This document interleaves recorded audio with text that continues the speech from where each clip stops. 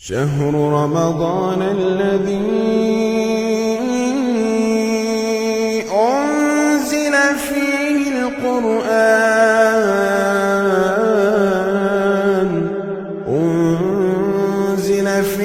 القرآن هدى للناس وبينات من الهدى والفرقان. السلام علیکم ورحمۃ اللہ وبرکاتہ. بسم اللہ الرحمن الرحیم. قرآن حکیم کے 27ویں پارے کا تفصیلی خلاصہ پیش کیا جا رہا ہے.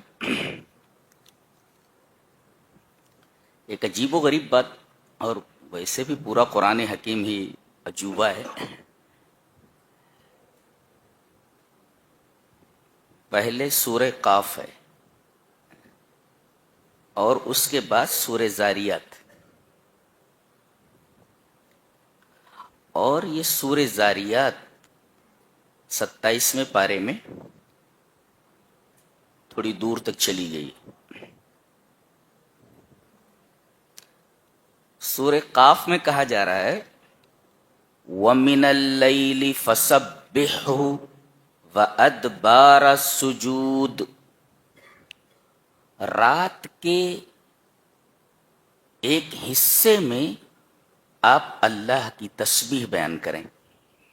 من اللیل، رات کے ایک حصے میں، فسبحہ، آپ اللہ کی تسبیح بیان کریں. وادبار السجود، اور سجدوں کے بعد، یعنی نماز کے اختتام کے بعد آپ تسبیح کریں. دیکھ رہے ہیں آپ؟ تو رات کے کسی حصے میں آپ تسبیح کریں.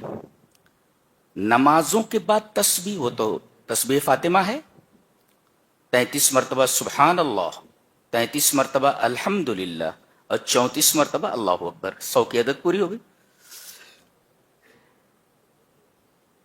تو یہ نمازوں کے بعد جب آپ تسبیح فاطمہ پڑھیں گے تو اس میں 33 مرتبہ سبحان اللہ. یہ ادبار السجود، نمازوں کے بعد تسبیح بیان کیجیے. اور رات کے کسی حصے میں تسبیح بیان کریں آپ. ٹھیک ہے؟ کب؟ رات کے کسی حصے میں. اب آگے دیکھیں سورہ زاریات میں مومنین کی صفت بیان کی جا رہی ہے. اور کون سے مومنین؟ مومنین متقین کی صفت بیان کی جا رہی. کیا؟ کانوا قلیلا من اللیل ما یہجعون. وہ رات میں سوتے تو ہیں مگر کم سوتے ہیں.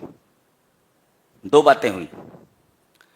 گویا کہ سوتے ہیں تاکہ بدن کا حق ادا ہو.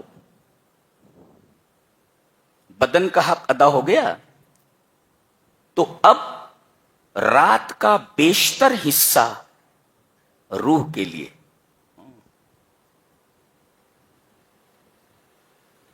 یہ جو آدمی سو رہا ہے یہ بدن کو تازہ دم کرنے کے لیے ہے. تو رات میں سوتے کم ہیں، اللہ کی عبادت زیادہ کرتے ہیں. سوتے کم ہیں یعنی سوتے ہیں مگر کم. سوتے کیوں ہیں؟ تاکہ بدن کا حق ادا ہو.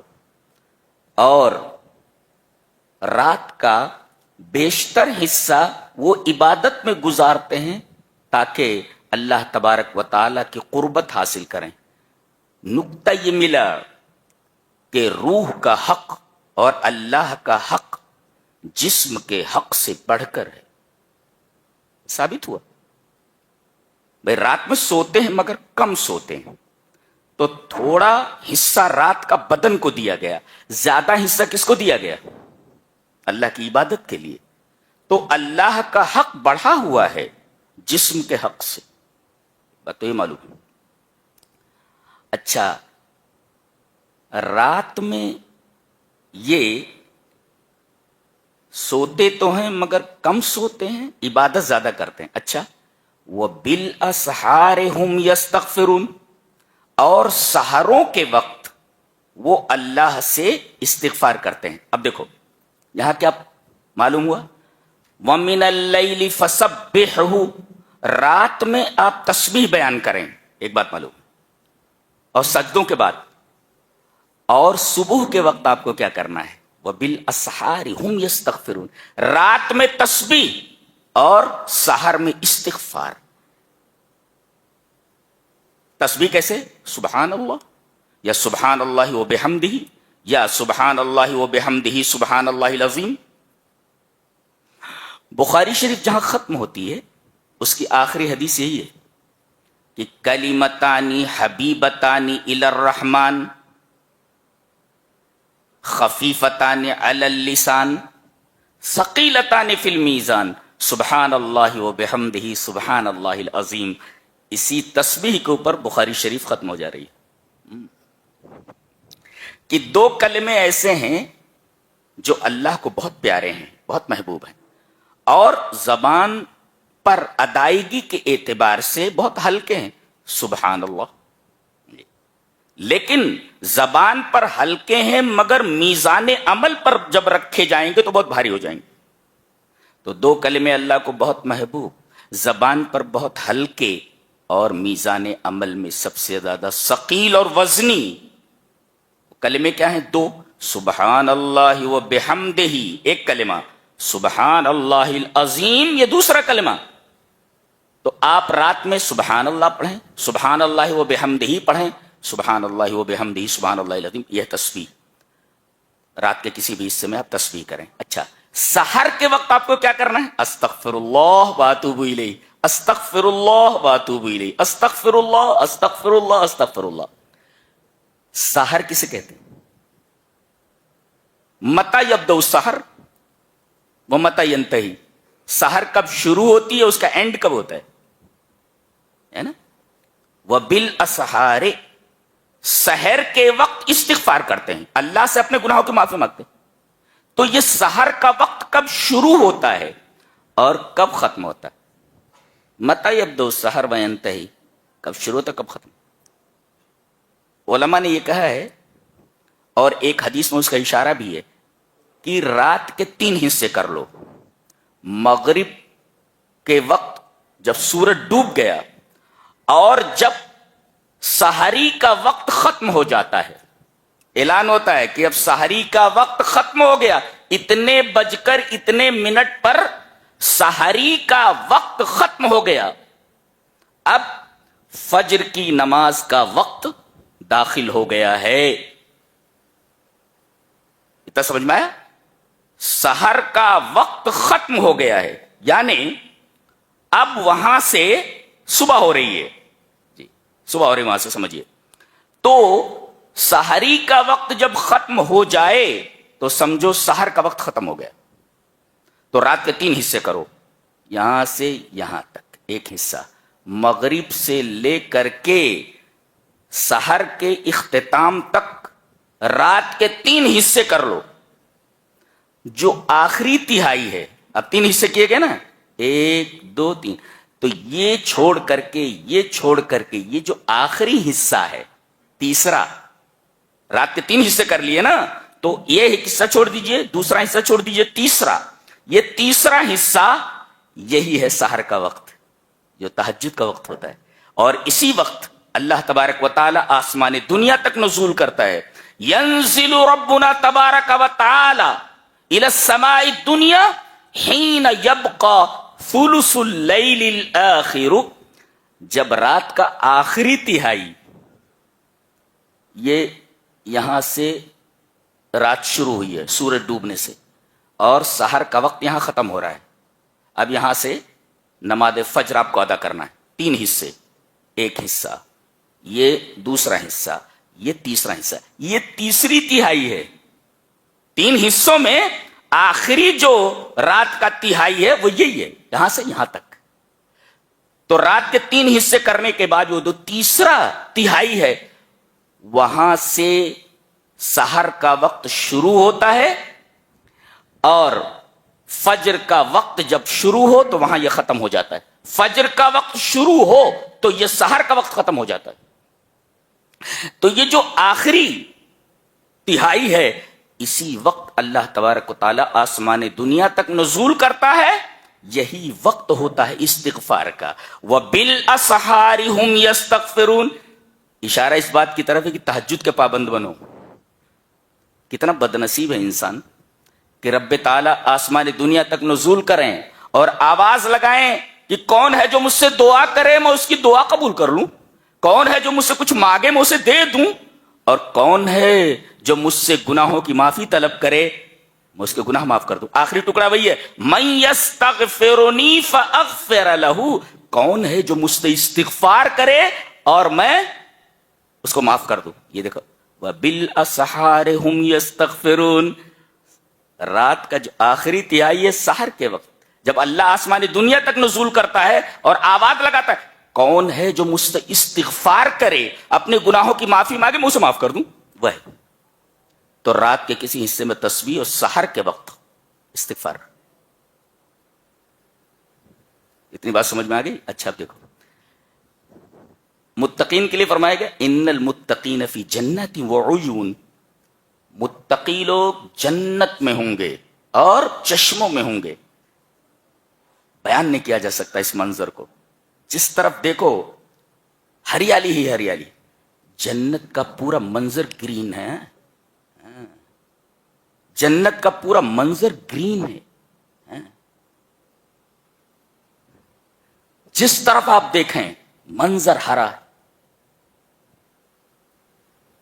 اور چاروں طرف جہاں آپ دیکھیں باغات میں چشمے ابل رہے ہیں, باغات ہیں. تو ان المتقین فی جنات وعیون.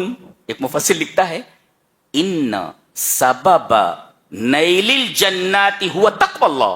اللہ کی جنتوں کے حصول اور وہاں کے چشموں کے حصول کا ایک ہی سبب ہے, وہ تقوی. آپ تقوی اختیار کریں تو جنت کے باغات اور جنت کے چشمے آپ کو ملیں گے. ان المتقین فی جنات وعیون. متقی لوگ جنت میں ہوں گے اور جنت کے چشموں میں ہوں گے. گویا کہ ان سبب نیل الجنات والعیون هو تقوی اللہ. اللہ تبارک و تعالیٰ کی جنت اور جنت کے چشمے اور اس کی تمام نعمتیں حاصل کرنے کا واحد سبب ہے وہ تقوی اللہ. اللہ تبارک و تعالیٰ کا خوف, اللہ تبارک و تعالیٰ کا ڈر. یہ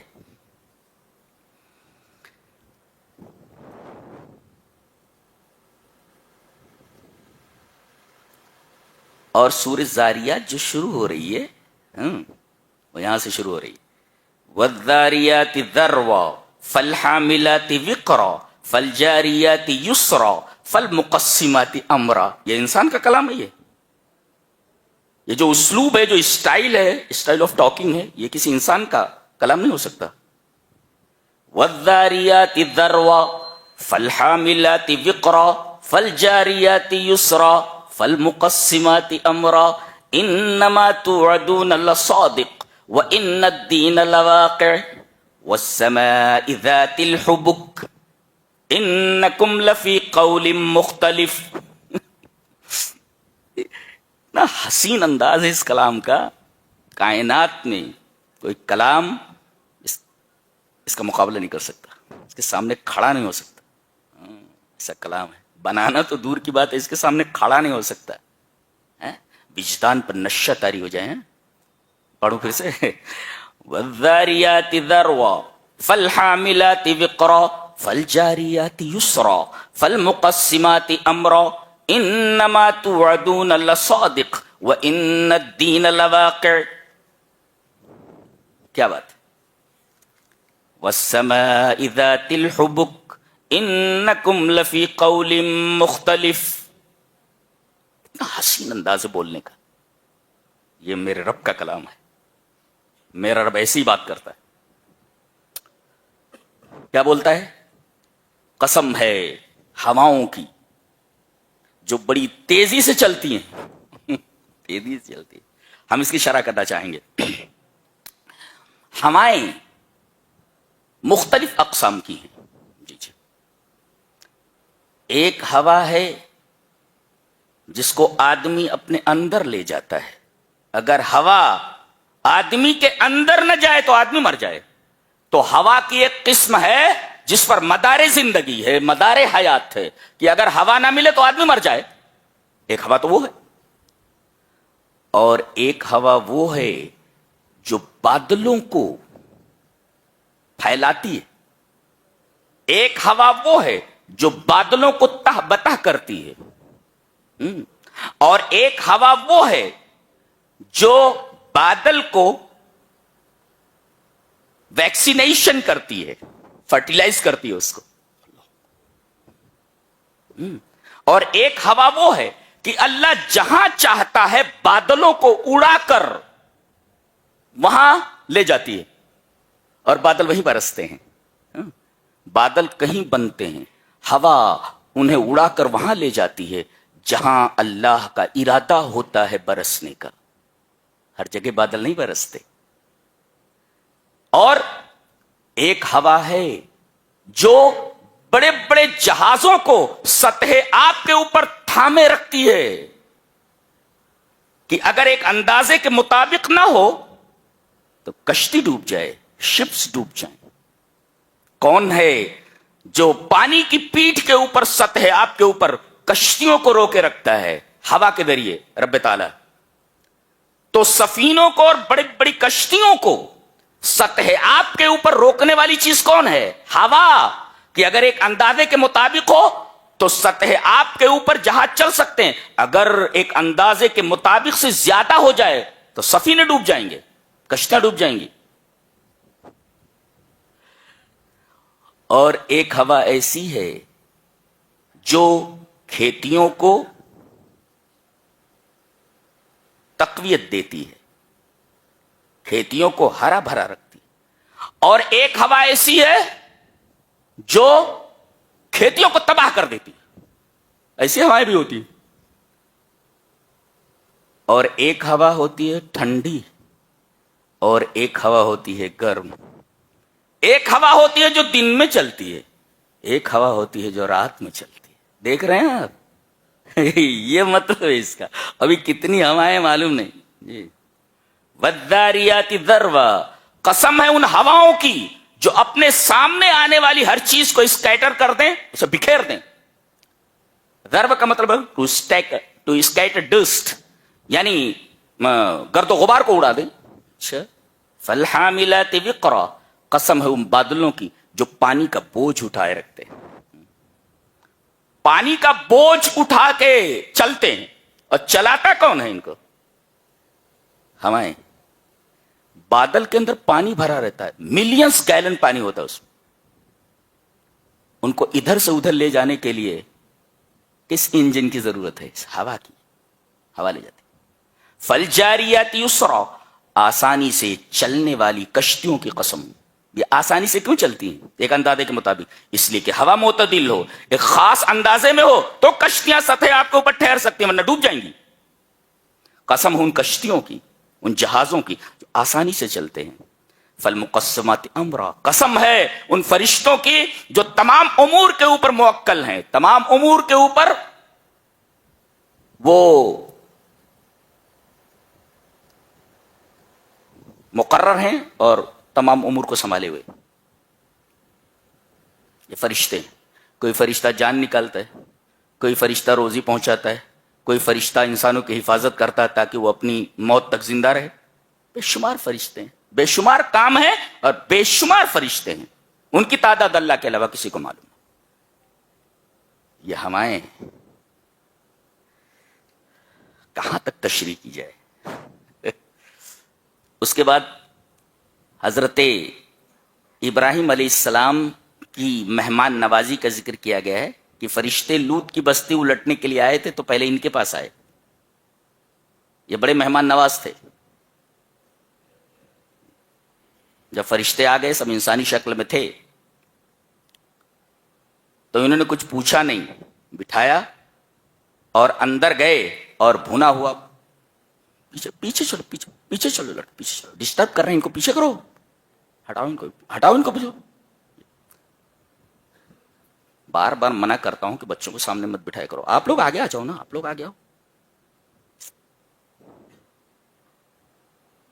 تو جیسے ہی فرشتے آئے، انسانی شکل میں تھے، حضرت ابراہیم علیہ السلام نے یہ نہیں پوچھا کہ آپ کہاں سے آئے ہیں، آپ کھانا کھائیں گے، نہیں پوچھا، محضر جو کچھ تھا لا کر کے رکھ دیا، بلکہ باقاعدہ ایک موٹا بچڑا بھون کر کے ان کے سامنے لا کر رکھ دیا. دیکھا کہ ان کے ہاتھ نہیں بڑھ رہے کھانے کے لیے، کہنے لگے قال الا تاکلون، کھا کیوں نہیں رہے؟ اس کا مطلب مہمان اگر شرم محسوس کرے کھانے میں آپ کے ہاں تو آپ اسے تھوڑا تقویت دیں اور تھوڑی اس کی شرم کم کریں اور کہیں کہ بھائی کھاؤ کھاؤ، کھینچ لو کھینچ لو کھینچ لو اچھی طرح. فقربہ الیہم فقال الا تاکلون، کھینچو، کیوں کھینچ نہیں رہے، کھینچ لو. ان کے ہاتھ نہیں بڑھ رہے. پتہ یہ چلا کہ نوری مخلوق انسانی شکل میں بھی آ جائے تو اسے کھانے کی ضرورت نہیں ہوتی. لہذا رسول اللہ صلی اللہ علیہ وسلم نور کے بنے ہوئے نہیں ہیں، اس لیے کہ آپ کھانا کھاتے تھے. نوری مخلوق اگر انسانی شکل میں بھی آ جائے کھانے کی محتاج نہیں ہوتی، کھانا نہیں کھاتی ہو.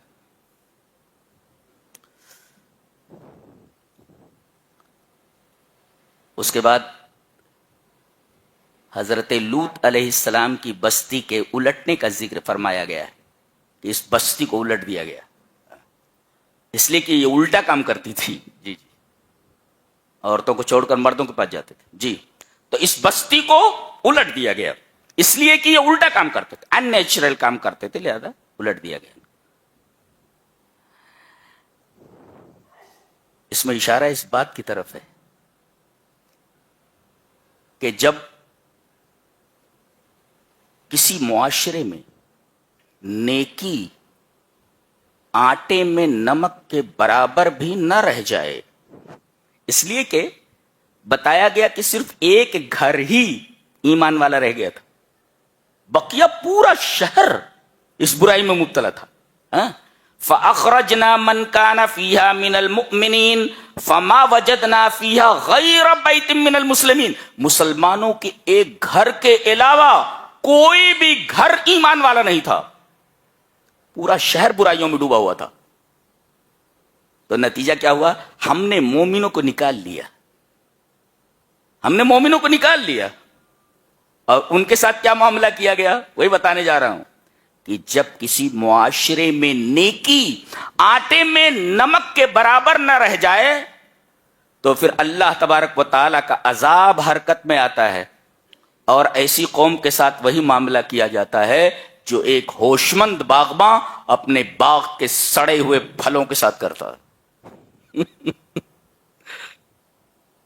اردو سمجھ میں آتی ہے میری؟ آنی چاہیے. ریپیٹ کرتا ہوں، جب کسی معاشرے میں نیکی آٹے میں نمک کے برابر بھی نہ رہ جائے تو پھر اللہ تبارک و تعالیٰ کا عذاب حرکت میں آتا ہے، اور ایسی قوم کے ساتھ وہی معاملہ کرتا ہے جو ایک ہوش مند باغباں اپنے باغ کے سڑے ہوئے پھلوں کے ساتھ کرتا ہے. باغ سے ان سڑے ہوئے پھلوں کو نکال کر باہر پھینک دیتا ہے. ان کے ساتھ وہی معاملہ کیا گیا. وہ تو پھل ہیں، ان کو اٹھا کر کے باغ کے باہر پھینک دیا گیا، ان کو دنیا سے باہر پھینک دیا گیا، ان کو دنیا سے باہر پھینک دیا گیا. اور آج یہ بحر مردار کا حصہ ہے، یہ پوری بستی بحر مردار آپ دیکھیں گے، بحر میت، ڈیڈ سی اس کا حصہ ہے. اور یہ عجیب و غریب پانی ہے ڈیڈ سی کا کہ اس پانی کی بوائنسی یعنی اچھال اور اس پانی کی ڈینسٹی یعنی کثافت ایسی ہے کہ کسی کو اگر تیرنا نہ آتا ہو اور اس سمندر میں کود پڑے تو ڈوبے گا نہیں، پانی اچھال دیتا اس کو اوپر کی طرف، اور اس میں کوئی بھی جاندار زندہ نہیں رہتا. یہ پوری کی پوری بستی یہ اسی ڈیڈ سی کا حصہ بن چکی ہے. دیکھ رہے ہیں ستوئی سلوک کیا گیا. اور اس کے بعد چونکہ ہوا کی قسم کھائی گئی پہلے، یہاں ایک قوم کے اوپر جو عذاب آیا کس شکل میں آیا بتایا جا رہا ہے. وَفِي عَادٍ اِذْ أَرْسَلْنَا عَلَيْهِمُ الرِّيحَ الْعَقِيمَ. اور عاد کے بارے میں سن لو کہ ہم نے ان کے اوپر بانجھ ہوا بھیجی. بانجھ اس عورت کو کہتے ہیں جس کے بچہ نہ ہو. یہ ہوا ایسی تھی جو بانجھ تھی، بانجھ، اس کے اندر کوئی خیر نہیں تھا، 7 رات اور 8 دن تک مسلسل چلتی رہی، اور مکانات دیکھے جا سکتے، لا یرا الا مساکنہم، مکانات موجود، مکینوں کا پتہ نہیں، سب کو حرف غلط کی طرح صفحہ ہستی سے مٹا دیا گیا. They were eradicated from the face of the earth like an erroneous word. انہیں حرف غلط کی طرح صفحہ ہستی سے مٹا دیا گیا.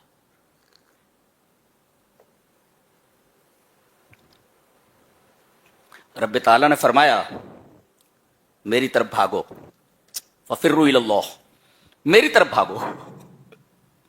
اور ایک جگہ کہہ رہا مجھ سے ڈرو، وخافون وخشعون، مجھ سے ڈرو، مجھ سے ڈرو، اور پھر یہاں کہہ رہا میری طرف بھاگو. آدمی جس سے ڈرتا ہے اس کی طرف بھاگتا نہیں، اس کے اپوزٹ ڈائریکشن میں بھاگتا ہے. بھائی مجھے آپ سے ڈر لگتا ہے تو میں آپ کی طرف تھوڑی بھاگوں گا، میں آپ کی مخالف سمت میں بھاگوں گا. یہاں اللہ فرما رہا ہے مجھ سے ڈرو اور میری ہی طرف بھاگو. یہ اللہ تبارک تعالیٰ کا رحم ہے. بھاگ کر جائے گا کہاں؟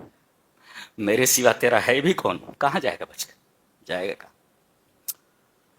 میرے سوا تیرا ہے بھی کون؟ ففروا الی اللہ، اللہ کی طرف بھاگو.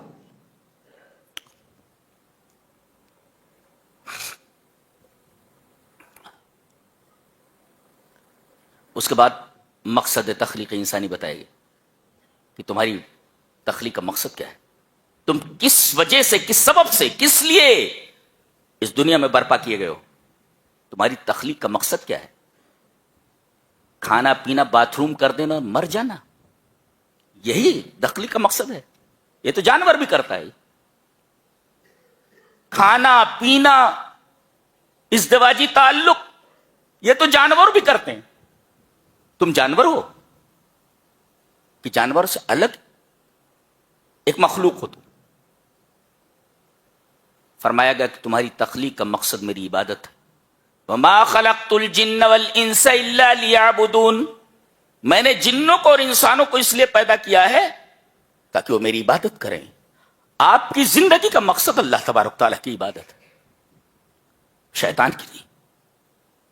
اور اگر کھانا پینا، ازدواجی تعلق قائم کرنا اور مر جانا اسی کا نام زندگی ہے تو پھر زندگی کے اوپر 100 بار لعنت، اس زندگی کے اوپر 100 بار تھو. یہ کوئی زندگی ہے؟ یہ زندگی تو ایک جانور بھی جیتا ہے، پیدا ہوتا ہے، بڑا ہوتا ہے، کھاتا ہے، پیتا ہے، چرتا ہے، مر جاتا ہے. تم کون؟ Who are you? اینیملس؟ جانور؟ لا، تم جانور کیسے ہو سکتے؟ تمہاری تخلیق کا ایک مقصد ہے جو ہے بتایا گیا سورہ ذاریات میں، وما خلقت الجن والانس الا لیعبدون، میں نے جنوں اور انسانوں کو اپنی عبادت کے لیے پیدا کیا ہے، یہ ان کا اصل مقصد ہے. اس کے بعد سورہ طور ہے، بہت بہترین سورہ ہے.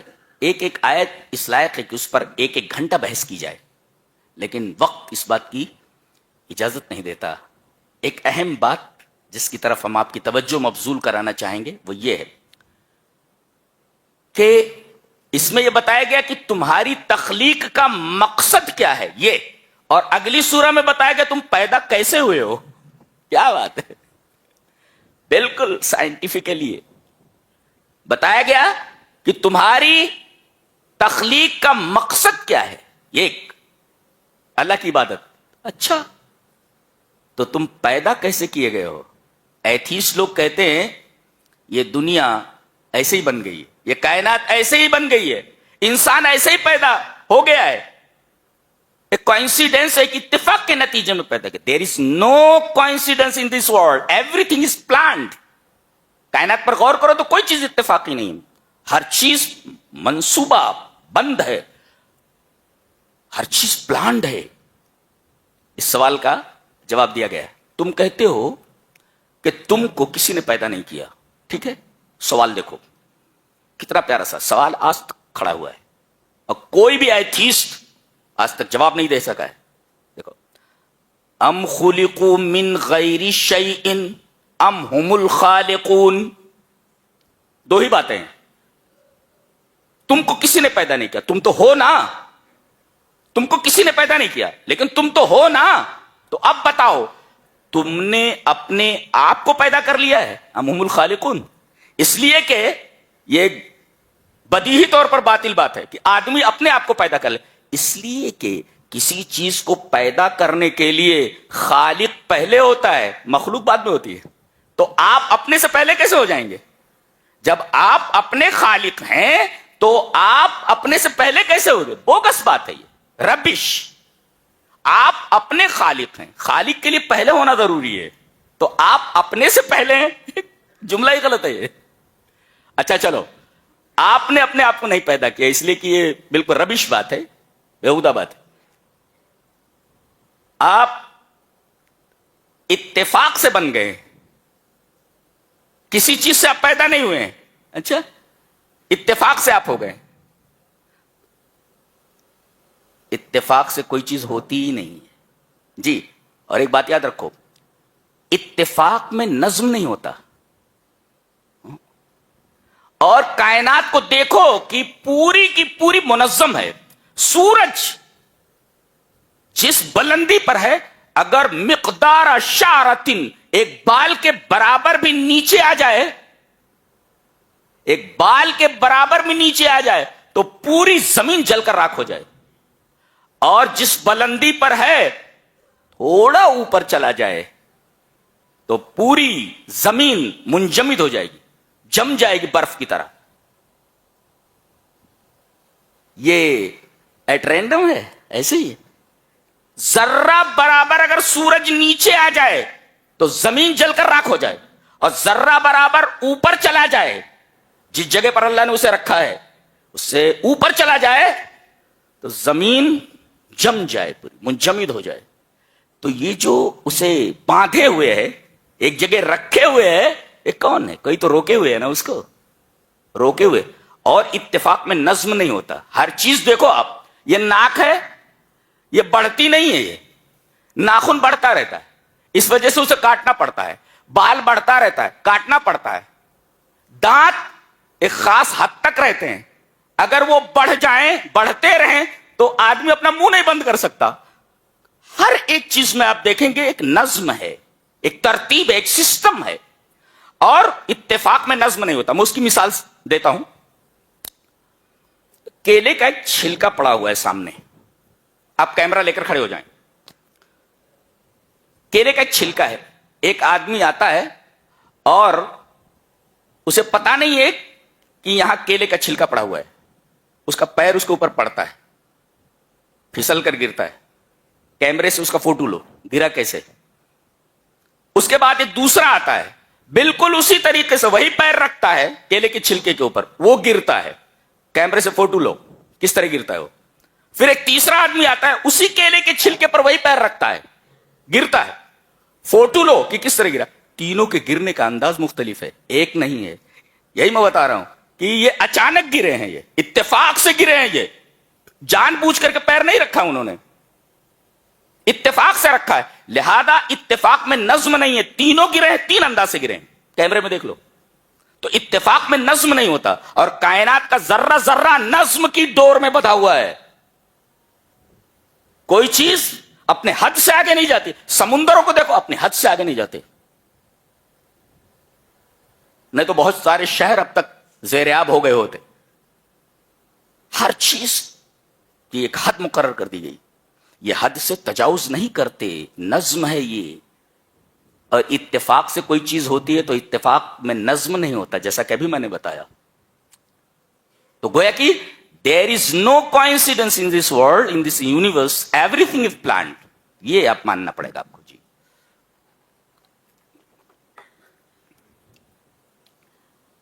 نقطہ، وہ بچوں کو پڑھایا جاتا ہے کہ نقطوں کے مجموعے کا نام خط ہے، خط کے مجموعے کا نام سطح ہے، اور سطح کے مجموعے کا نام جسم ہے. جی نقطے کے اندر لمبائی چوڑائی گہرائی نہیں پائی جاتی. خط کے اندر صرف لمبائی پائی جاتی ہے، سطح کے اندر لمبائی اور چوڑائی پائی جاتی ہے، جسم کے اندر تینوں بود پائے جاتے ہیں، 3 ڈائمینشنز ہوتے ہیں، لمبائی، چوڑائی، گہرائی، تینوں چیزیں ہوتی ہیں جسم میں۔ جیومیٹری کا یہ اصول ہے کہ خط بغیر نقطے کے نہیں بن سکتا۔ آپ خط کھینچ رہے ہیں نا ایسے، یہ نقطہ بنا، یہ مختلف نقطوں کے مجموعے کا نام خط ہے۔ 1 نقطہ، 2، 3، 4، 5، 6، 10۔ تو یہ جو پہلا نقطہ ہے، یہ پہلا نقطہ ہے، اس کے پہلے نقطہ نہیں ہے، تو اگر نقطہ نہ ہو تو خط نہیں بن سکتا۔ یہ جیومیٹری کا اصول ہے، پہلے ہونا چاہیے کوئی، خط بنانے کے لیے کوئی ایک ہونا چاہیے، وہ نقطہ ہے وہ۔ تو جیومیٹری کا یہ اصول کے بغیر نقطے کے خط نہیں بنتا، تمام وجود کے اوپر جاری ہوتا ہے، یہ اصول تمام وجود کے اوپر جاری ہے، بغیر نقطے کے خط نہیں بن سکتا۔ تو جیومیٹری کا یہ اصول تمام وجود کے اوپر جاری ہوتا ہے۔ اور سب سے بڑا ملحد ایتھیسٹ، ایک ملحد سائنسداں گزرا، فریڈ ہائل کہتا ہے کہ کوئی اگر یہ کہے کہ زندگی اتفاق سے بن گئی، یہ معمولی آدمی نہیں ہے، یہ بہت بڑا سائنسداں ہے، فریڈ ہائل۔ یہ کہتا ہے اگر کوئی یہ کہے کہ زندگی اتفاق سے بن گئی ہے، کوئنسیڈنس کا نتیجہ ہے، تو گویا کہ وہ یہ کہتا ہے کہ اچانک ایک ٹورنیڈو، ایک جھکڑ، ایک تیز ہوا چلی اور ایک کباڑ خانے سے گزری، اور جب وہ گزری تو وہاں سے ایک بوئنگ جہاز بن کر کے تیار ہو گیا۔ یہ کیا ہے؟ نہیں سمجھ میں کیا بولتا ہو کہ اگر کوئی یہ کہتا ہے کہ زندگی اتفاق سے وجود میں آ گئی ہے، تو گویا کہ وہ یہ کہتا ہے کہ ایک جھکڑ، ایک ٹورنیڈو، ایک تیز ہوا چلی اور ایک کباڑ خانے سے گزری، اور اس کباڑ خانے سے گزرتے وقت وہاں ایک بوئنگ جہاز بن گیا اتفاق سے۔ کتنے پاگل پن ہے یہ، اس کو پاگل پن کہتے ہیں۔ اس کا مطلب یہ ہوا کہ کائنات کا ایک بنانے والا ہے، نہ انسان نے اپنے آپ کو بنایا ہے، اور وہ یہ بھی نہیں کہہ سکتا کہ میں اتفاق سے بن گیا ہوں۔ اتفاق کوئی چیز نہیں ہے، اتفاق میں نظم نہیں ہوتا۔ اور یہاں دیکھو بدن انسانی میں غور کرو کہ کتنا نظم ہے، اسی وجہ سے یہ دیکھو، اس سے پہلے ایک آیت گزری ہے سورہ ذاریات میں، وفی انفسکم افلت، اپنے وجود پر غور کرو، کیا تم دیکھتے نہیں؟ ہر چیز نظم میں ہے، ہر چیز نظم میں ہے۔ کوئی مچھر بڑھ کر ہاتھی نہیں ہو جاتا، مچھر ہی ہوتا، اور کوئی ہاتھی گھٹ کر مچھر نہیں ہوتا۔ ہر چیز اپنی حد میں ہے۔ کوئی ہے جو ہر چیز کے اوپر حکم لگائے ہوئے، اپنی حد سے آگے مت بڑھو۔ یہ کون ہے جو کائنات کو روکے ہوئے ہے؟ اللہ نے سورہ فاطر میں اس کا جواب دیا، ان اللہ یمسک السماوات والارض ان تزولا۔ کائنات کے اندر جو پورا سسٹم ہے، اس کو سنبھالنے والا کون؟ اللہ۔ ان اللہ یمسک السماوات والارض ان تزولا۔ کیا تو سوال اب بھی وہیں کھڑا ہوا ہے جی، ام خلقوا من غیر شیء ام هم الخالقون۔ اس سوال کا جواب آج تک کوئی نہیں دے سکا ہے۔ سوال ایک لائن میں ہے، آج تک ویسے کھڑا ہوا ہے، آج تک کوئی جواب نہیں دے سکا اس کا۔ اور جب بحث ہوتی ہے ایتھیسٹ سے تو وہ مدے سے ہٹ کر بات کرتے ہیں، ایسا ویسا، تو بگ بینگ سے پہلے کیا تھا، تو اس سے پہلے کیا تھا، وہ ادھر ادھر بھٹکتا رہتا، مدے پہ نہیں آتا، اس لیے اس کے پاس کچھ ہے ہی نہیں بحث کرنے کے لیے۔ اس کے بعد سورہ نجم ہے، دیکھو انداز، دیکھو اس کا گفتگو کا انداز دیکھو۔ اعوذ باللہ من الشیطان الرجیم، بسم اللہ الرحمن الرحیم۔ والنجم اذا ہوا ما ضل صاحبكم وما غوى وما ينطق عن الهوى ان هو الا وحي يوحى علمه شديد القوى ذو مرة فاستوى وهو بالأفق الأعلى ثم دنا فتدلى فكان قاب قوسين أو أدنى فأوحى إلى عبده ما أوحى ما كذب الفؤاد ما رأى افتمارونه على ما يرى ولقد رآه نزلة أخرى عند سدرة المنتهى عندها جنة المأوى إذ يغشى السدرة ما يغشى ما زاغ البصر وما طغى۔ یہ میرے رب کا کلام ہے، اس طرح بات کرتا ہے، اس طرح بات کرتا ہے، اس طرح بات کرتا ہے۔ دیکھ رہے ہیں اسٹائل بولنے کی، کوئی انسان اس طرح بات نہیں کر سکتا۔ آہنگ دیکھیں آپ، اس کا ردم دیکھیں آپ، کوئی انسان اس طرح بات نہیں کر سکتا۔ یہ تو آہنگ ہے، الفاظ موتی کی طرح جڑے ہوئے ہیں کہ اس کی جگہ دوسرا لفظ نہیں لایا جا سکتا، معنی بگڑ جائے گا. اور معنی، چلیے معنی دیکھتے ہیں. وَالنَّجْمِ إِذَا هَوَىٰ، قسم ہے ستارے کی جب وہ جھکتا ہے. ستارے کی قسم کیوں کھائی گئی؟ مفسرین کہتے ہیں کہ یہ ستارے کی قسم کھانا یہ اللہ تبارک و تعالی نے اپنے نبی محمد الرسول اللہ صلی اللہ علیہ وسلم کی نبوت کی سچائی کی دلیل پیش فرمائی کہ میرا نبی سچا نبی ہے، میرا رسول سچا رسول ہے. قسم کس کی ہے؟ ستارے کی. اچھا 14واں پارہ کھولیں گے تو آپ دیکھیں گے وَبِالنَّجْمِ هُمْ يَهْتَدُونَ. زمانے جاہلیت میں لوگ جب سفر کرتے تھے تو سمتوں کا تعین، اور آج بھی سمندروں کے اندر ایک روشنی کا مینار ہوتا ہے. ہاں، ایک آدمی وہاں رکھا جاتا ہے جو باقاعدہ رات میں ہمیشہ اس روشنی کو دکھاتا رہے تاکہ جہازوں کو صحیح روٹ معلوم ہو جائے. اور بہت خوفناک جگہ ہوتی ہے وہ، پتہ نہیں کیسی کیسی آوازیں آتی ہیں وہاں سے. آپ نے دیکھا ہے کہ نہیں دیکھا ہے؟ وہ اس پر دکھاتے ہیں وہ روشنی رات بھر گھماتے رہنا ہے تاکہ کسی راستہ بھولے ہوئے جہاز کو راستہ مل جائے. دیکھ رہے ہیں؟ تو وہ بِالنَّجْمِ هُمْ يَهْتَدُونَ. گزشتہ زمانے میں لوگ ستارے سے راستوں کا پتہ لگاتے تھے، اور وہاں ہدایت کا لفظ ہے وَبِالنَّجْمِ هُمْ يَهْتَدُونَ. ستارے کے ذریعے وہ رہنمائی پاتے ہیں، ہدایت پاتے ہیں کہ سیدھا راستہ یا ادھر سے چلے جاؤ. تو نجم کے ساتھ ہدایت آئی. تو جیسے ستارے کی روشنی میں راستہ بھٹکے ہوئے لوگوں کو راستہ ملتا ہے، ایسے ہی میرا نبی ہے جی. وہ تو دنیا کا راستہ دیکھتا ہے آدمی چاند کی روشنی میں اور ستارے کی روشنی میں. میرا نبی یہ بتاتا ہے کہ جنت کا راستہ کس طرف سے جاتا ہے. نبینا یہدی الی الجنہ. ہمارا نبی ہدایت کرتا ہے، راستہ بتاتا ہے جنت کا، جیسے ستارہ رات میں راستہ بتاتا ہے بھٹکے ہوئے جہازوں کو کہ راستہ یہ ہے. وہ مادی راستہ بتاتے، یہ روحانی راستہ بتاتا ہے. رات میں ستارہ یہ بتاتا ہے کہ تمہاری منزل کدھر ہے، تمہارا ساحل کدھر ہے، جانا کدھر ہے.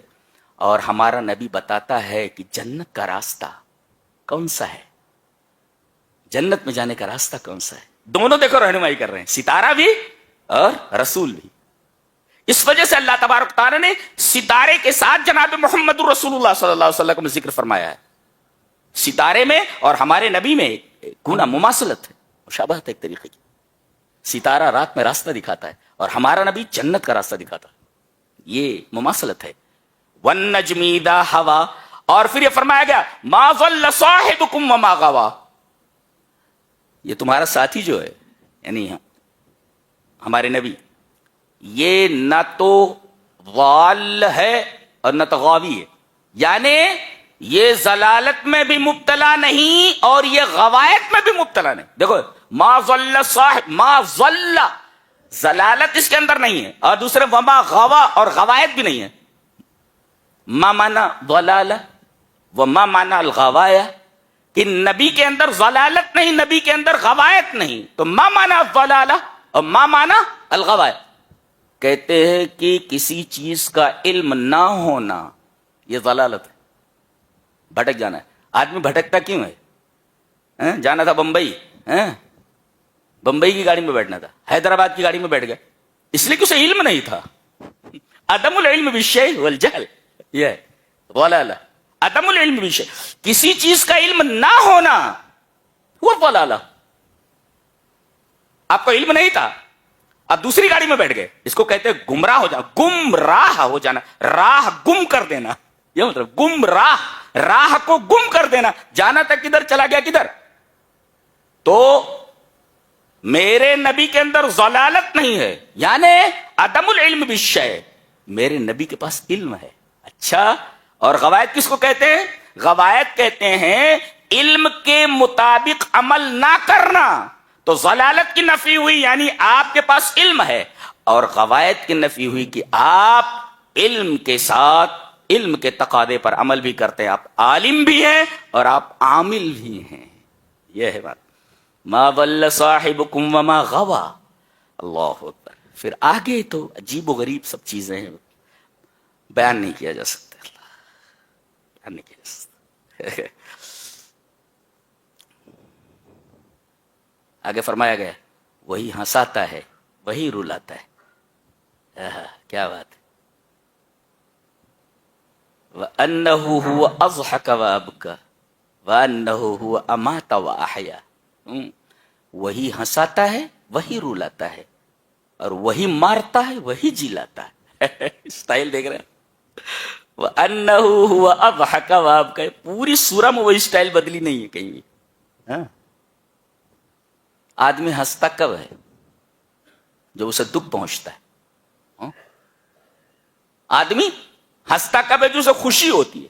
اور آدمی روتا کب ہے؟ جب اسے دکھ ہوتا ہے. جب اللہ ہی ہنساتا ہے. ہنستا کب ہے؟ جب اسے خوشی ملتی ہے.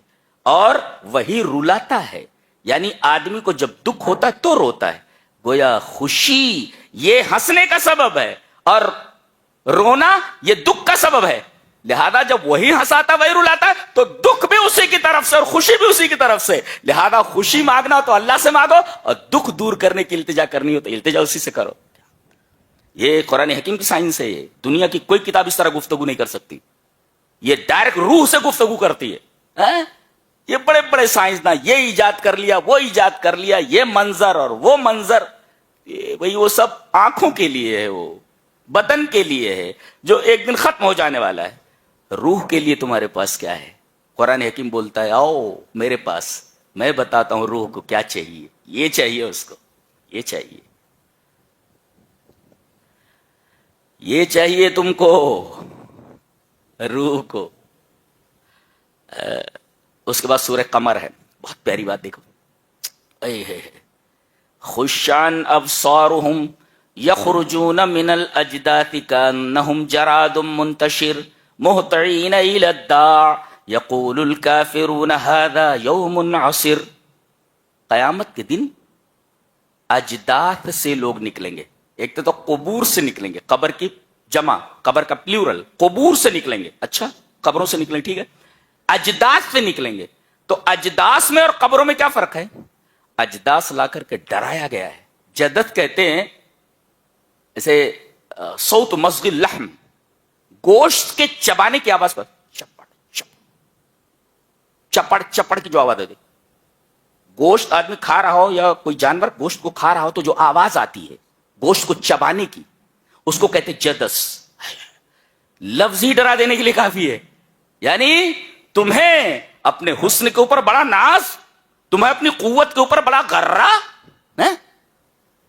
حسن کے اوپر بڑا ناز. میں منتظر ہوں، آ جاؤ تمہارا گوشت کھانے کے لیے. مجھے تمہارا گوشت کھانا ہے. اور کھا لیتی. صوت مزغ اللحم، جیسے گوشت کو آدمی چپڑ چپڑ کر کے کھا جاتا ہے، ایسے ہی زمین تمہارے گوشت کو کھا جائے گی. کائے کا بدن، کائے کا حسن، کائے کی ڈگری، بیکار چیزیں ہیں سب. ان کو اس کے حد میں، دنیا کو اس کے اوقات میں رکھو خالی. تو جدت کہا گیا، یعنی ایسی قبروں سے اٹھو گے کہ اس قبر نے تمہارا گوشت چپڑ چپڑ کر کے کھا لیا ہوگا. ڈر نہیں لگتا؟ ہم سب کا گوشت کھانے والی ہے وہ. کوئی بچنے والا نہیں ہے، کوئی بچنے والا نہیں. گوشت کھانے کے لیے انتظار میں ہو. تو اس دن نکلیں گے وہ اجداث سے. کیسے؟ کأنہم جراد منتشر، گویا کہ وہ بکھری ہوئی ٹڈیاں ہوں. اچھا، سورہ قاریہ میں کہا گیا کہ یوم یکون الناس کالفراش المبثوث، بکھرے ہوئے پتنگوں کی طرح. جیسے پتنگے ہوتے ہیں نا، روشنی ہوتی ہے تو برسات میں کتنی تعداد میں آ جاتے ہیں روشنی کے پاس اور جلتے رہتے، مرتے رہتے، گرتے رہتے. ان کو فراش کہتے ہیں. پروانہ، پروانہ. اچھا، اور یہاں کہا گیا ٹڈی. ٹڈی کی طرح وہ قبروں سے نکلیں گے. اچھا، اور ایک جگہ کہا گیا کہ پروانے کی طرح ہوں گے یہ. تو پروانے میں اور ٹڈی میں فرق ہے. الجراد والفراش ضدان، دونوں ایک دوسرے سے الگ ہیں. ٹڈی جو ہوتی ہے، الجراد منتظم فی سیرہ، اپنے سفر میں، اپنی چال میں منظم ہوتی ہے وہ. جی، کدھر جانا ہے ساری ٹڈیاں ایک ساتھ جاتی ہیں، ان کا روٹ متعین ہوتا ہے. لیکن پروانوں کا روٹ متعین نہیں ہوتا. یموج بعضہ فی بعض، بعض سے ٹکراتے رہتے ہو. دیکھو کہیں بتی جل رہی ہو، برسات کا موسم ہو، وہ ڈھیر سارے آ جاتے ہیں، وہ اس سے ٹکرا رہا ہے، وہ اس سے ٹکرا رہا ہے. گویا کی ٹڈیوں کا جو روٹ ہوتا ہے وہ منظم ہوتا ہے، سمت متعین ہوتی ہے کہ کدھر جانا ہے. لیکن یہ پروانے جو ہوتے ہیں ان کی سمت متعین نہیں ہوتی، یہ آپس میں ایک دوسرے سے ٹکراتے رہتے. پھر بتایا یہ گیا جب نکلیں گے قبروں سے تو پروانے کی طرح نکلیں گے. لا یدرون اینا یذهبون، انہیں پتہ نہیں ہوگا جانا کدھر ہے. جیسے وہ پروانوں کو معلوم نہیں کہ کدھر جانا ہے تو آپس میں ٹکرا رہے ہیں. نکلیں گے تو پروانوں کی طرح. لا یدرون اینا یذهبون، جانا کدھر ہے انہیں یہ معلوم نہیں ہے. پھر تھوڑی دیر کے بعد ایک آواز دینے والا آواز دے گا. وہی بتایا گیا، نکلے قبر سے مہطعین الی الداع، ہاں یوم یدعو الداعی الی شیء نکور، ایک آواز دینے والا آواز دے گا. یہ نکلے پتہ نہیں ہے جانا کدھر ہے، تو پروانوں کی طرح ایک دوسرے سے ٹکرا رہے ہیں. کوئی ادھر جا رہا ہے، کوئی ادھر جا رہا ہے، کوئی ادھر جا رہا ہے، کوئی آپس میں ٹکرا رہے ہیں. وہ جانا کدھر ہے. پھر ایک آواز آئے گی، حضرت اسرافیل کی آواز آئے گی، اے سب ادھر آؤ. اب سارے کے سارے ٹڈیوں کی طرح منتظم ہو جائیں گے. اب سانپ کا روٹ متعین ہو جائے گا. نکلے تو پروانوں کی طرح کے روٹ متعین نہیں ہے، لا یدرون اینا یذهبون. لیکن جب حضرت اسرافیل پکارنے والا جب پکارے گا ادھر آؤ، تو سارے کے سارے منتظم ہو جائیں گے اور اس آواز کا تعاقب کریں گے کہ آواز کدھر سے آ رہی ہے، ادھر بھاگو. تو سب ایک ہی سمت میں بھاگیں گے جیسے ٹڈیوں کا سمت متعین ہوتا ہے. عجیب عجیب.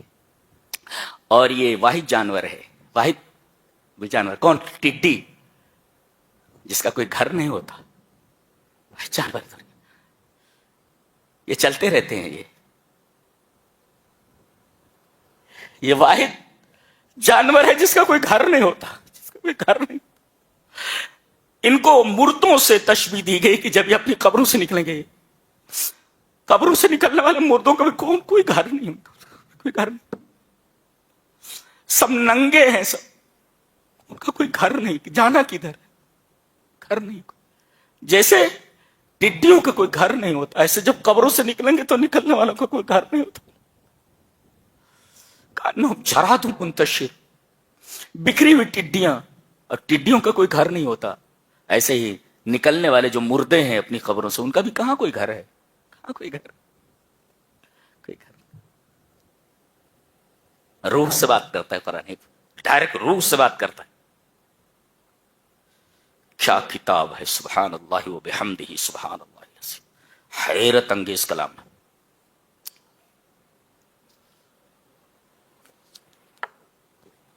آخر میں کہا گیا وَكُلُّ شَيْءٍ فَعَلُوهُ فِي الزُّبُرِ، آدمی جو کچھ کرتا ہے سب کتابوں میں لکھا ہوا ہے.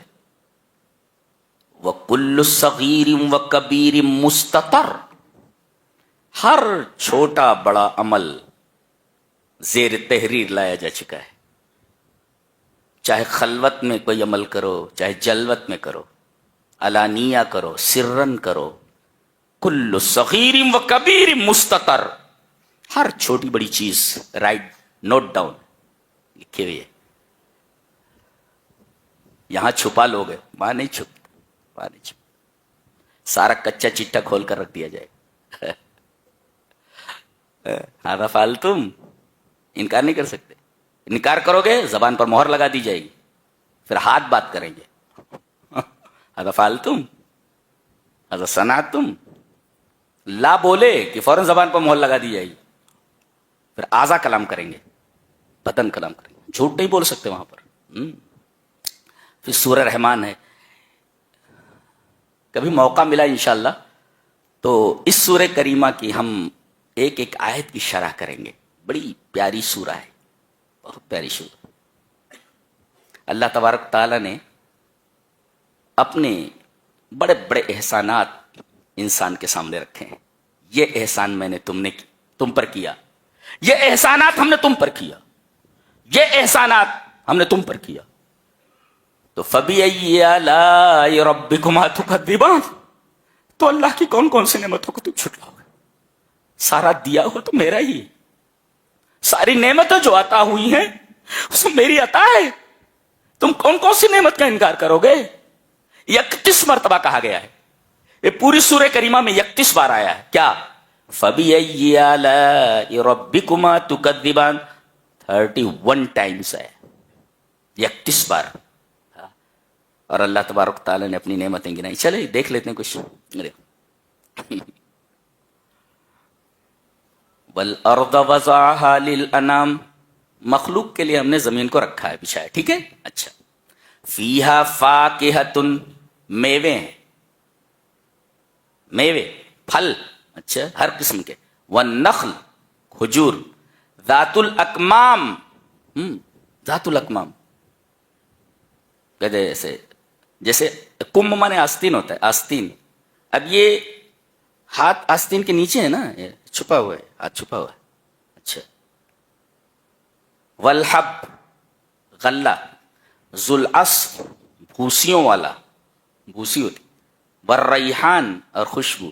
کچھ سمجھ میں آیا؟ اللہ کہہ رہا ہے کہ ہم نے طرح طرح کے میوے تمہیں دیے ہم نے, یہ تم استعمال کرتے ہو علی سبیل التلذذ, علی سبیل التفکر, for entertainment and for pleasure, for amusement. پھل کس لیے کھاتا ہے آدمی؟ امیوزمنٹ کے لیے, پلیزر کے لیے, انٹرٹینمنٹ کے لیے. پیٹ تو بھر گیا ہے نا, آپ انٹرٹین کر رہے ہیں جی, تو انٹرٹیننگ کے لیے پھل. اچھا. پیٹ بھرنے کے لیے حب, غلہ. تو گویا کہ ہم نے یہ نعمت عطا کی کہ تمہارا پیٹ بھرے تو غلہ پیدا کیا, اور تمہاری زبان کے امیوزمنٹ کے لیے, مزے لینے کے لیے ہم نے میوے پیدا کیے. اچھا. اور وہ ذوالعصف, اسمان بھوسی, غلے سے بھوسی نکالتے ہو تو تمہارے جانوروں کا کھانا, یہ جانور. اور اللہ یہ فرما رہا ہے کہ ہر چیز ہم پیکج میں دیتے ہیں. ذات الاکمام, ذوالعصف. چاول کے اوپر بھوسی ہوتی ہے, کیلے کے اوپر چھلکا ہوتا ہے, انار کے دانوں کے اوپر چھلکا ہوتا ہے. اللہ فرما رہا ہے ہر نعمت ہم نے پیکج کے اندر دی ہے. تم ہمارے سامنے ایسی عبادت لاتے ہو جو سڑی ہوئی ہے, کھلی ہوئی ہے. کھلی ہوئی چیز ہم پسند نہیں کرتے, تم پسند نہیں کرتے, ہم پسند نہیں کرتے. جو چیز کھل جائے بیکار ہو جاتی ہے. اسی وجہ سے ہر کام کرو تو خالص اللہ کے لیے, ریا نہیں ہونے چاہیے, دکھاوے کے لیے نہیں ہونا چاہیے. اس لیے کہ کوئی بھی نعمت دی گئی ہے, ساری نعمتیں پیکجڈ ہیں, پیکج میں دی گئی ہیں. نعمت بھی دیکھو, نعمت عطا کی گئی وہ بھی محفوظ طریقے پر عطا کی گئی. تو ایک نعمت کے اندر دو نعمت. کیلا دیا گیا, ایک نعمت, اور کیلے کے اوپر جو چھلکا ہے وہ کیلے کے اندر گودے کو محفوظ رکھے ہوئے, لہٰذا کیلے کا چھلکا جو آپ نے پھینک دیا وہ بھی اللہ کی نعمت ہے, اس کی وجہ سے کیلا محفوظ رہا ہے. یہ سمجھ سے ماورا ہے, بیان نہیں کر سکتا میں. اچھا. پھر اللہ نے فرمایا خلق الانسان من صلصال کالفخار, میں نے کھنکھناتی ہوئی سخت مٹی سے بنایا ہے. اچھا. ایک جگہ کہا گیا تراب سے بنایا ہے, مٹی سے. ایک جگہ کہہ رہا تین سے بنایا ہے. ایک جگہ کہہ رہا حمیم مسنون سے بنایا ہے. اور ایک دفعہ کہہ رہا ہے کہ صلصال کالفخار سے بنایا میں نے. یہ کیسے؟ مٹی ہے, کسی سے بنے ہو, پانی ڈال دو, پانی ڈال دو تو تین ہے, اور اس کو پانی ڈال کر کے چھوڑ دو, متغیر الرائحہ, اس کی جو بو بدل جائے تو ہمیں مسنون ہے، اور جب سوکھ جائے تو صلصال کالفخار ہے، مٹی ہی ہے، شکل بدل گئی ہے. یہ گفتگو کا انداز ہے قرآن حکیم کے. خلق الانسان من صلصال کالفخار. اللہ فرما رہا رب المشرقین و رب المغربین، دونوں مشرقوں کا مالک ہے، دونوں مغربوں کا مالک ہے. ایک جگہ فرمایا رب المشرق والمغرب، ایک مشرق اور ایک مغرب. ٹھیک ہے، اس لیے کہ اگر آپ نواحی دیکھیں گے، اطراف دیکھیں گے تو اطراف چار ہی ہیں، مشرق، مغرب، شمال، جنوب. تو ایک مشرق ہے اور ایک مغرب ہے، تو رب المشرق والمغرب. نواحی، اطراف، سائڈس چار ہیں، مشرق، مغرب، شمال، جنوب، اگر اطراف دیکھے جائیں. اور رب المشرقین و رب المغربین، جاڑے کا سورج، جاڑے کا مشرق الگ ہوتا ہے اور گرمی کا مشرق الگ ہوتا ہے. اب ظاہر مشرق بدل جائے تو مغرب بدل جائے گا. بعض لوگوں نے اس کے اندر ایک نقطہ بیان کیا ہے، ہمارے اسکول میں سے شروع میں سمجھا دیا جاتا ہے تاکہ بچہ اگر اس آیت پر غور کرنا چاہے تو غور کر لے. ایسے دیکھو، یہ زمین ایسے مدور ہے، گول ہے، برابر ہے، دیکھو ایسے ہے.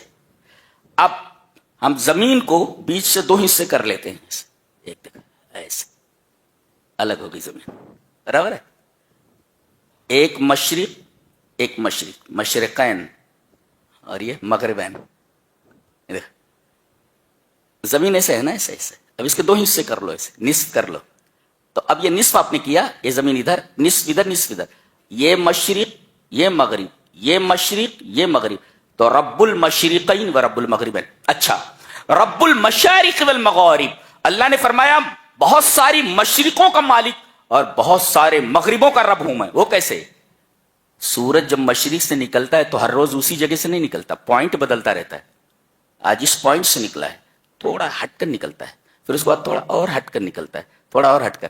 تو بے شمار مشرق ہیں، ایک پوائنٹ سے نہیں نکلتا، پوائنٹس بدلتے رہتے. لہذا جب مشارق بدلے تو مغارب بھی بدلتے رہیں گے. یہاں پوائنٹ بدلا تو ادھر مغرب ڈوبنے کی جگہ بھی بدل جائے گی. لہذا رب المشارق والمغارب، فلا اقسم برب المشارق والمغارب. سبحان اللہ، سبحان اللہ. اور کہا ہماری ایک قدرت اور دیکھنا چاہو گے؟ دو دریا چلتے ہیں، دو دریا مل کر دو دریا چلتے ہیں. یہ کھارا پانی ہے اس کا اور یہ میٹھا پانی ہے. الماء المالح، الماء العذب. یہ ایک میٹھا پانی ہے اور ایک نمکین ہے، کھارا ہے. اب یہ ادھر سے چل رہا ہے، ادھر سے چل رہا ہے، اور آگے جا کر کے ایک جگہ مل جاتے ہیں، سنگم ہے، ملتقا ہے، وہاں پر سنگم ہے، اور وہاں سے پھر آگے بڑھتے ہیں مل کر کے. لیکن دونوں پانی الگ الگ ہوتے ہیں. جی جی، دونوں پانی الگ الگ ہوتے ہیں. پتہ لگایا جا سکتا ہے کہ یہ اس کا پانی ہے، اس کا پانی. ایک پانی دوسرے پانی پر نہیں چڑھ سکتا. فرمایا گیا مرج البحرین یلتقیان بینہما برزخ لا یبغیان. برزخ الحاجز، بیریئر، ایک انسین بیریئر ہے جو اس پانی کو اس پانی میں ملنے نہیں دیتا. یہ کون ہے جو ایک انسین بیریئر رکھے ہوئے ہے کہ ایک پانی دوسرے پانی کے اندر نہیں مل سکتا؟ یہ ہماری قدرت ہے، ہم ایسا کرتے ہیں. اور ہم نے سمندروں کے پانی کو کھارا رکھا ہے. کیوں؟ اس لیے کہ اگر ہم اسے میٹھا رکھتے تو اس کے اندر مرنے والی جو چیزیں ہیں اس کی وجہ سے پوری فضا منتن اور گندی ہو جاتی تھی، بدبودار ہو جاتی تھی. نمک کے اندر کوئی چیز رکھ دی جائے تو بدبو ختم ہو جاتی ہے. لہذا ہم نے سمندر کے پانی کو کھارا رکھا ہے.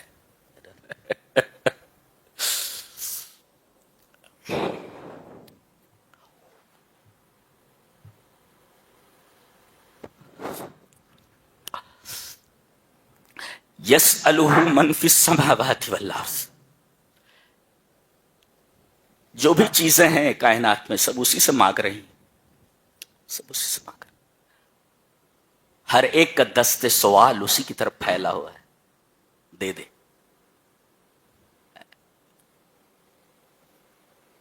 حدیث میں ہے کہ ایک چیونٹی کو دیکھا تو وہ پیر اوپر کیے ہوئے سے لیٹ کر کے آسمان کی طرف دیکھ رہی ہے. وقت نبی نے کہا بارش ہونے والی ہے. اس لیے کہ جانور اللہ سے پانی مانگ رہا ہے, چیونٹی کو دیکھ رہا ہے اللہ تبارک تعالیٰ پانی مانگ رہا ہے. یہ کائنات مسٹری ہے, راز ہے, ایک راز سر بستا ہے, سمجھ میں نہیں آتا. قرآن نے جتنا بتا دیا ہے, احادیث شریفہ میں جتنی وضاحت کر دی گئی, اسی پر رک جاؤ, آگے تمہارا دماغ کام نہیں کرے گا. کائنات کی ہر شے اسی سے مانگ رہی ہے, کافر بھی اسی سے مانگتا ہے بلسان الحال, اور مومن تو بلسان المقال بولتا ہے, بلسان القال. مصیبت آتی ہے میرے رب, میں اس مصیبت میں مبتلا, بولتا ہے وہ. اور کافر وہ تو اللہ کو مانتا ہی نہیں, لہذا بارش نہیں ہوتی تو آسمان کی طرف دیکھتا ہے. کائے کو دیکھتا ہے بھائی؟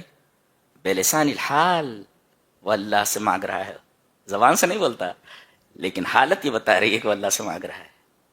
کائنات کی ہر شے اللہ سے مانگ رہی ہے, سب اس کے سامنے 10 سے سوال دراز کیے ہوئے. دنیا کی سب سے بڑی لذت بتاؤں میں, خلوت میں رات کی تنہائی میں اندھیرے میں رب کے سامنے سجدہ ریز ہو کر کے مسلسل آنسو بہاتے رہنا, اس سے زیادہ لذت دنیا کی کسی چیز میں نہیں, کسی چیز میں نہیں. سب نعمتیں بیان کی گئی یہاں سے وہاں تک. آگے سورہ واقعہ ہے, سورہ واقعہ کے اندر بتایا گیا کہ جنتی جنت میں جب آئیں گے تو نعمتیں تو ہیں, اوپر سے بیان کیا جا رہا ہے. فی صدر مخضود, تہبتا بیری, و طلح منضود, کیلے پھیلے ہوئے سائے, بہتا ہوا پانی, ماء مسکوب, و فاکہۃ کثیرہ, بہت زیادہ پھل, کھینچ کے سارے ادوات وہاں موجود, ساری چیزیں موجود. اور ایسا نہیں ہے, جب آدمی ہوٹل میں جاتا ہے, ہم لوگ کبھی کبھی جاتے ہیں, جب پہنچتے ہیں وہاں تو بڑا اچھا لگتا ہے, ویٹر آ رہا ہے, آرڈر لے رہا ہے, وہ بک دے دیتا ہے, جو چیز آپ کو پسند ہے آپ لے لیں.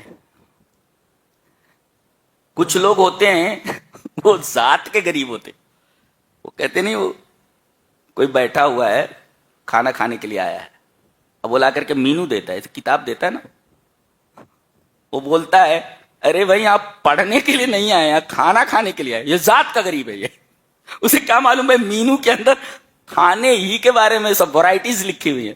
وہ کہتا ہے پڑھنے کے لیے نہیں آئے ہیں بھائی, کھانا کھانے کے لیے آئے. تو کچھ لوگ ذات کے غریب ہوتے, تو ذات کے غریب ہوتے, تو کھانا کھانے کے لیے جاتے ہیں, تو جب تک کھانا آتا نہیں, جب تک کھاتے رہتے ہیں تب تک بڑا اچھا لگتا ہے.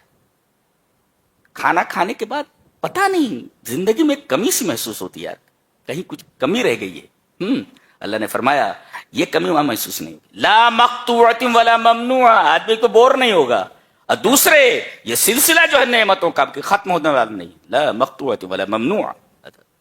اور پھر وہاں لڑکی بھی چاہیے, عورت بھی چاہیے, بیوی بھی چاہیے. کہا انا انشأناہن انشاء, ہم نے اسپیشل تیار کر رکھا ہے ہم نے عورتوں کو. کیسی ہیں یہ؟ فجعلناہن ابکارا عربا اترابا. اللہ, ایک تو یہ کنواری ہیں جی, جو کسی نے ان کو ہاتھ نہیں لگایا, نہ جن نہ انسان جی. بیٹی پیدا ہوتی ہے تو کم سے کم باپ کی گود میں رہتی ہے, بہت سارے لوگوں کی گود میں جاتی ہے. یہ اس طرح تیار کی گئی ہیں, ان کو کسی نے ہاتھ نہیں لگایا. پاکیزہ ہے. اور ابکارا, بالکل باقیرہ ہیں, یہ کنواری ہیں ایک دم. اچھا, عروبن, عروب کی جمع ہے, وہ عروب کی جمع عروب.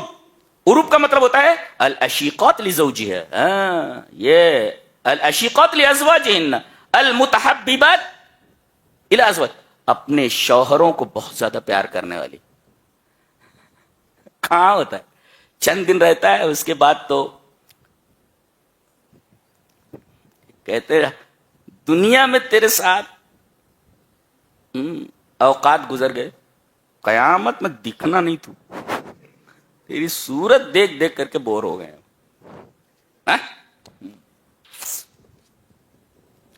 یہاں تو پوری زندگی گزار لی, قیامت میں تو دکھنا نہیں, تو ایسی ہے. یہاں کچھ لوگ تو 7 جنم کے لیے باندھ دیتے ہیں، اس بیچارے کا کیا حال ہوگا؟ وہی چہرہ گھوم گھوم کر کے وہی آ رہا ہے. دنیا میں دیکھ دیکھ کر کے تھک گئے ہو تیرے چہرے کو، قیامت میں دکھنا نہیں تو. بعض لوگ ایسے بھی ہوتے ہیں، لیکن بعض ہوتے ہیں بڑی محبت کرتے ہیں کہ ٹھیک ہے چلو جنت میں بھی مل لیں گے انشاءاللہ. تو اب یہ ہے فَجَعَلْنَاهُنَّ عُرُبًا عَشِيقَاتٍ لِأَزْوَاجِهِمْ، اپنے شوہروں کی عاشق. ایسا کس ہو؟ عاشق اپنی اور اپنے شوہروں کی. دوسرے اترابا، اتراب المساویات فی السن، عمر برابر ہوگی، اس کو کہتے ترب کی جمع اتراب. جیسے کہا جائے هذا الولد ترب ابنی هو فی سنہ، کہ یہ لڑکا میرے بیٹے کا ترب ہے، یعنی یہ لڑکا میرے بیٹے کی عمر کا ہے. جو عمر میرے بیٹے کی ہے وہی اس لڑکے کی، یعنی عمر میں دونوں مساوی ہیں. تو المتساویات فی السن. ایسا کیوں؟ اس لیے کہ دونوں کی خواہش ایک رہتی ہے. دونوں ایک عمر کے، 16 سال کی وہ تو 16 سال کا یہ، دونوں کی خواہش برابر. لتکون رغبت واحدتن، تاکہ ان کی خواہش ایک جیسی ہو جائے، عمر ایک ہے. کیا بات ہے. اس کے بعد ایک عجیب و غریب منظر ہے، دیکھو گے دل کو سنبھال سکو تو سنبھالو. فرمایا گیا فلولا اذا بلغت الحلقوم، یہ روح حلقوم میں آ کر اٹک گئی ہے، نکلنا ہی چاہتی ہے. ایک بدن ہے جو بستر کے اوپر پڑا ہوا ہے، اور اس کی روح آ کر کے حلق میں اٹک گئی ہے اور نکلنے ہی والی ہے. اللہ فرما رہا ہے فلولا اذا بلغت الحلقوم، حلق میں آ کر اٹک گئی ہے، بستر کے اوپر پڑا ہوا ہے.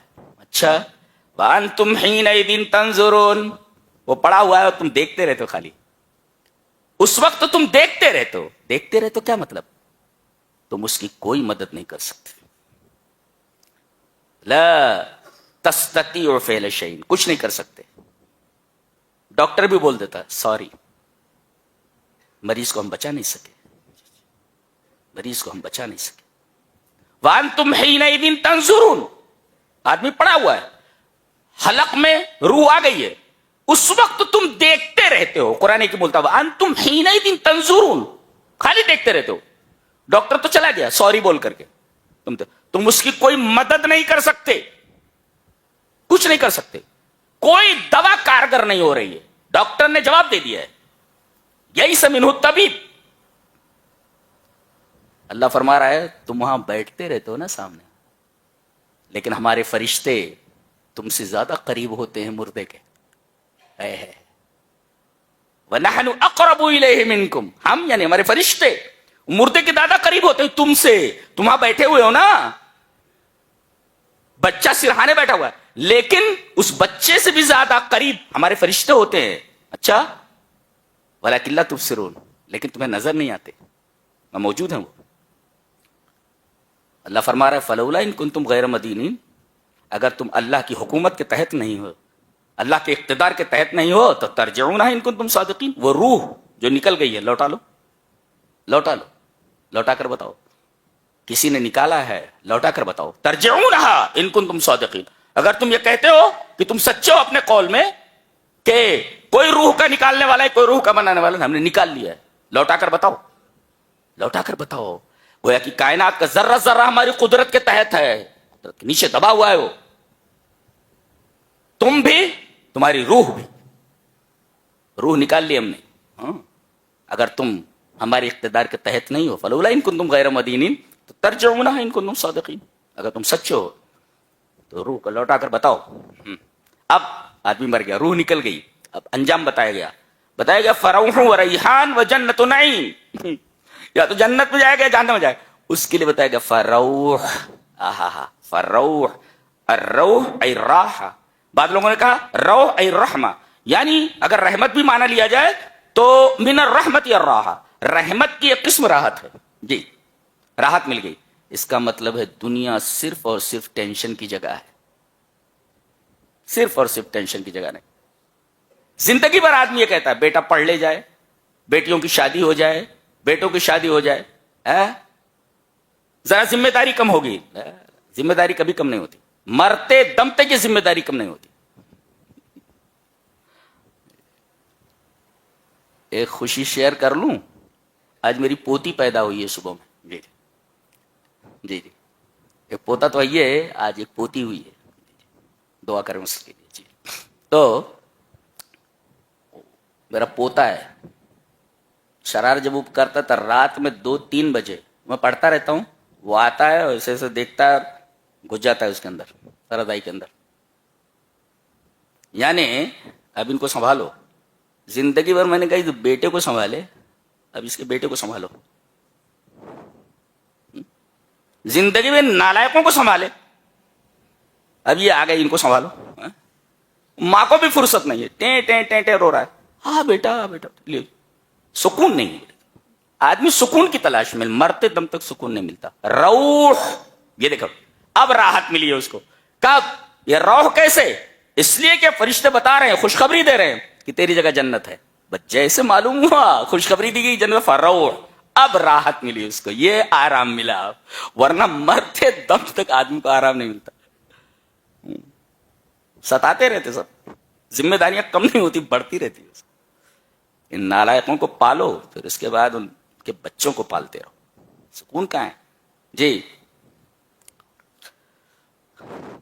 بہرحال آگے سورہ حدید ہے. اعجاز علمی یہ ہے, کہا کہ لم یتشکل فی الارض الحدید, واحد یہ میٹیریل ہے, لوہا, یہ زمین میں نہیں بنا ہے, آسمان سے آیا ہے. اللہ نے فرمایا وانزلنا الحدید, ہم نے آسمان سے لوہے کو نازل کیا ہے. سائنس اس بات کو مانتی ہے کہ لوہا زمین کی چیز نہیں. لم یتشکل فی الارض, زمین میں نہیں بنا. جب کوئی ستارہ بلین سال پہلے بنا تھا, پھر اللہ کے حکم سے وہ مر گیا. ستارے بھی مر جاتے ہیں, ان کی روشنی ختم ہو جاتی ہے, تو گرا ہوگا وہ, اور اسی سے زمین کے اندر چلا گیا, اسی سے لوہا نکل رہا ہے. گویا کہ لوہا آسمان کی چیز ہے, یہ ثابت ہوا ہے. اللہ نے فرمایا وانزلنا الحدید, ہم نے لوہے کو نازل کیا ہے. لوہے کو نازل کیا ہے. یہ اعجاز علمی ہے قرآن حکیم کا, سائنس کی کتاب نہیں ہے, لیکن بٹوین دا لائنز ساری چیزیں موجود ہیں اس کے اندر. کائنات کا کوئی عاقل اس کو چیلنج نہیں کر سکتا.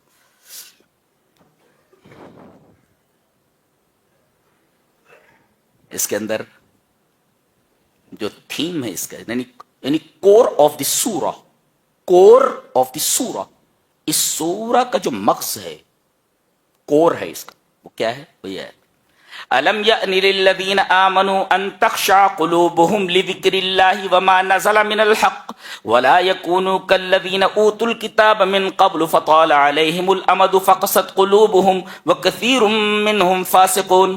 کیا اب بھی وقت نہیں آیا کہ ان کے دل قرآن کی طرف جھک جائیں اور جو رسول کی طرف نازل ہوا اس کی طرف جھک جائے؟ اب وقت نہیں آیا کہ قرآن کی طرف لوگوں کے دل جھک جائیں, اللہ کے رسول صلی اللہ علیہ وسلم کی باتوں کے سامنے ان کے دل جھک جائیں؟ اور انہیں چاہیے کہ اہل کتاب کی طرح نہ ہو جائیں کہ ان کے نبی کے جانے کے بعد ایک عرصہ گزرا تو ان کے دل سخت ہو گئے. کیا بتایا گیا اس کو سمجھ میں آیا؟ بتایا یہ جا رہا ہے کہ اگر تم کتاب کو صرف پڑھتے رہو گے, جو قرآن ہے پڑھ رہے, 10 دفعہ ختم کر رہے, 15 دفعہ ختم کر رہے, کتاب کو جب تک پڑھتے رہو گے, پڑھنے کا ثواب تو ہے, سے انکار نہیں, لیکن کتاب کے اندر جو احکام ہیں اگر ان کو فی واقعی الحیات, حقیقی زندگی میں اس احکام, ان کے احکام کو نافذ نہیں کرو گے تو تمہارا معاملہ اہل کتاب کی طرح ہو جائے گا. یہ لادے ہوئے تھے تورات, لادے ہوئے تھے انجیل, تورات تورات تورات, انجیل انجیل انجیل, لیکن تورات کے اوپر یہودیوں کا عمل نہیں تھا اور انجیل کے اوپر عیسائیوں کا عمل نہیں تھا. پڑھتے دونوں تھے لیکن عمل نہیں تھا. آج مسلمان بھی قرآن کو پڑھتا تو ہے, عمل نہیں کرتا, اور صرف پڑھتے رہے آدمی, اور کبھی وہ مائل نہ ہو اس کے سمجھنے پر اور اس قرآن حکیم کے احکام کو اپنی زندگی میں نافذ کرنے کے لیے, تو جیسے ان کے دل سخت ہو گئے ایسے تمہارے دل سخت ہو جائیں گے. لہذا قرآن حکیم کی طرف جب جھکو گے تو تمہارے دل نرم ہوں گے.